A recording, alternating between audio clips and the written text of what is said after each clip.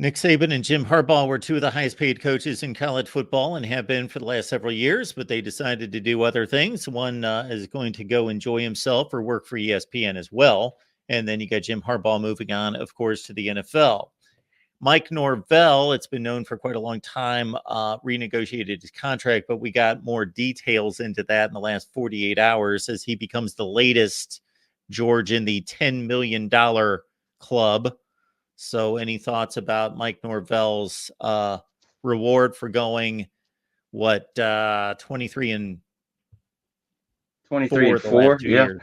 Man, Yes. it's well deserved. I've seen some people question it and talking this and talking that. When you look at the top 10, I believe there's like 4 or 5 of them that are tied there for 5th place, and Mike Norvell's right there at 10 million.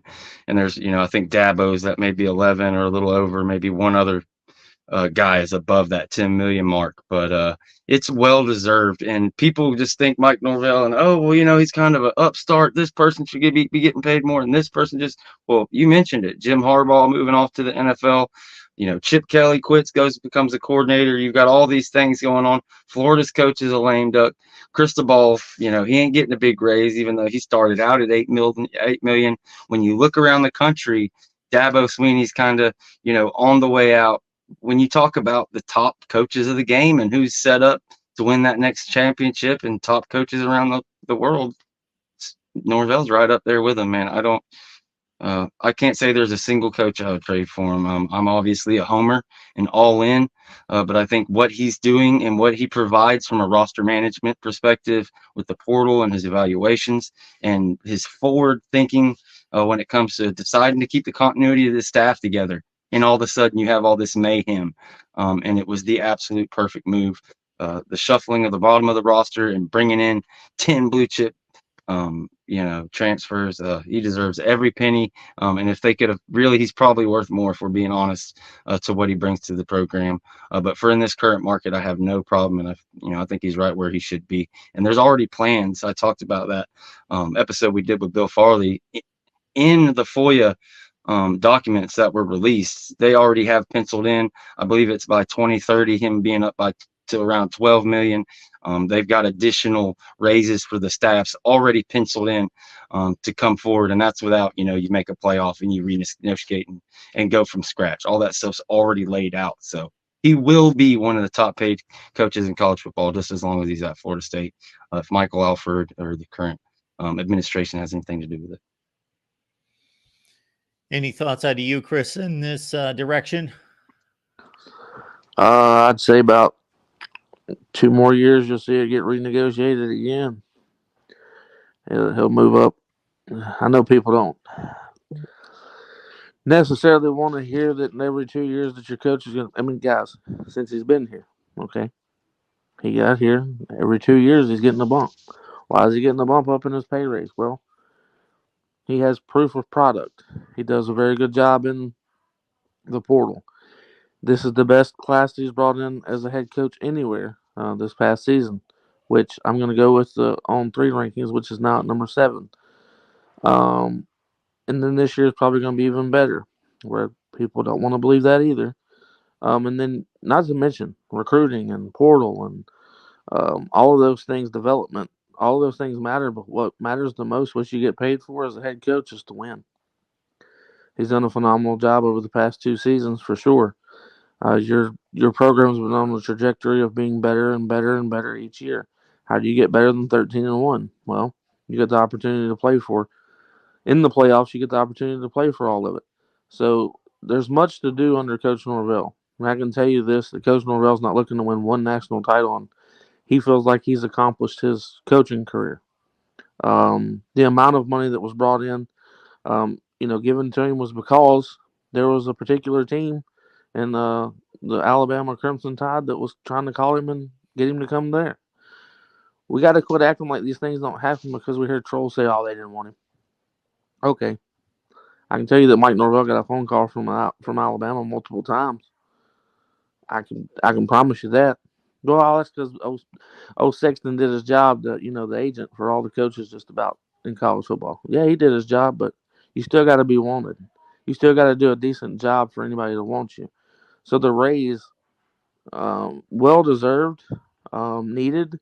And also, what was also in the contract, a lot of people aren't talking about, is how much money is going to be given to the football program to hire off the field staff so that the staff becomes more elite than what it is.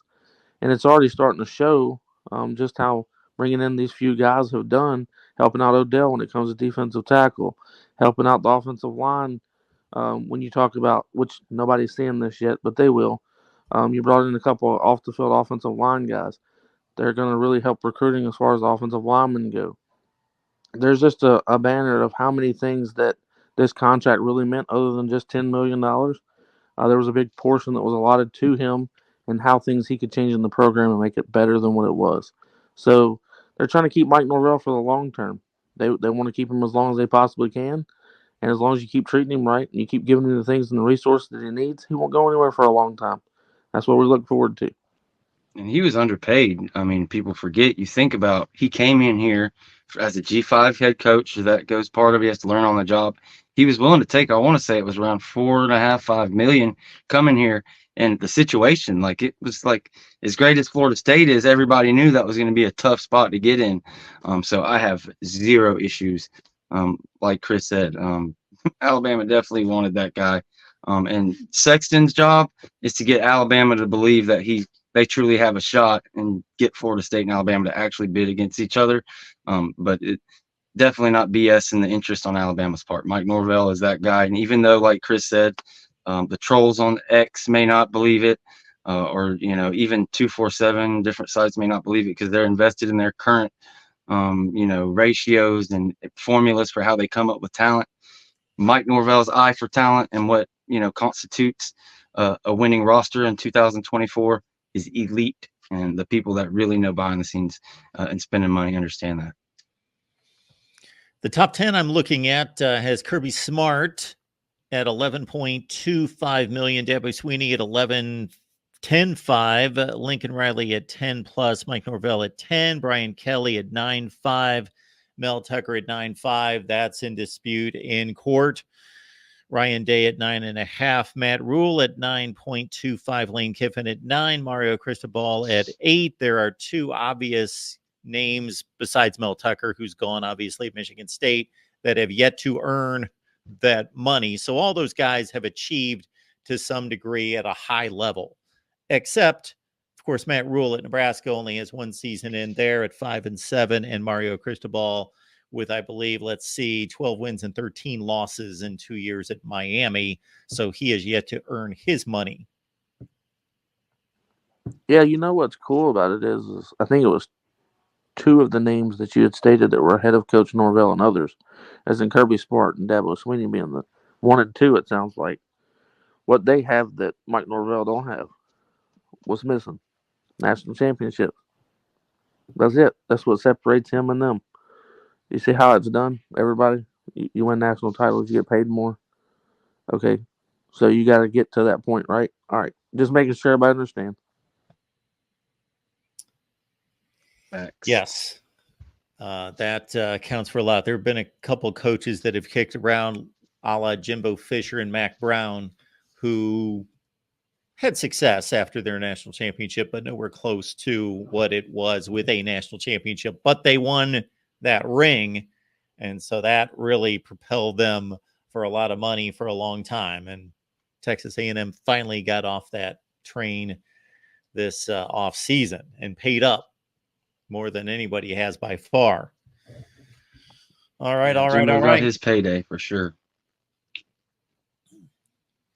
One of these weeks during the off season, I want to get, we talked about this a couple of years ago with another group, but I would love to get both of your takes on what went wrong under Jimbo Fisher, because obviously it was going so well, but that's for another show at another time. Would love to dig into that story because I know that there are a ton of factors involved. Some were his fault and others were not.